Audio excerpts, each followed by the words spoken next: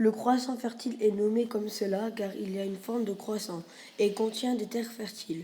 Cette entité géographique contient deux pôles, la Mésopotamie et l'Égypte. Le premier à avoir donné ce nom, le croissant fertile, est James Brandstone. L'irrigation est une technique qui consiste dans les régions sèches à amener de l'eau par des procédés divers, des céréales, du blé, de l'orge.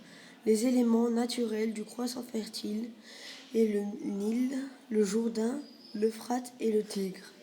Le mode de vie mis en place le long des fleuves est sédentaire. Par contre, dans les déserts de endroits sans eau, ils habitent le monde de vie nomade. Les pays actuels comprenant le croissant fertile sont Liban, Chypre, Ouvette, Israël, Palestine, etc.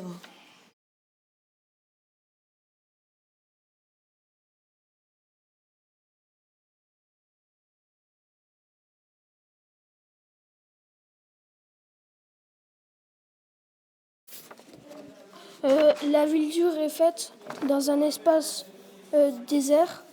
Euh, le pouvoir dans ces premières villes est fait par un roi qui a un texte de loi. Ça s'appelle un code. Euh, la ville dure est faite d'édifices ziggourats, cimetière royal, temple du dieu Nana, remport, palais du roi, temple, école.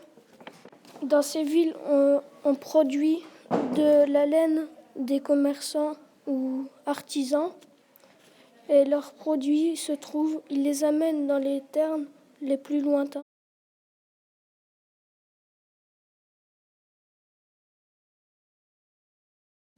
L'écriture est apparue dans le pays de Sumer, dans la Mésopotamie antique. Les premiers types sont les pictogrammes en -3300. La seconde est l'écriture cunéiforme en -3000 dans le sud de la Mésopotamie. Puis les hiéroglyphes en -3000 en Égypte. La pierre de Rosette a permis de découvrir les trois écritures ci-dessous. L'écriture est apparue pour compter et a été étudiée par Jean-François Champollion. À l'époque, nous écrivons sur des tablettes d'argile à l'aide d'un calame.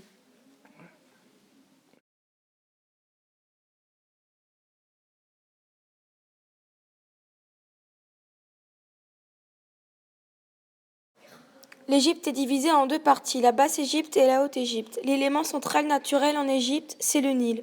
En Égypte, le Nil est considéré comme un dieu. Les Égyptiens lui font des offrandes. En Égypte, les terres fertiles se situent tout le long du Nil. Grâce au Nil, les hommes se sédentarisent.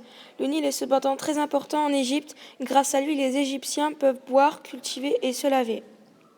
La crue du Nil, c'est quand le fleuve monte.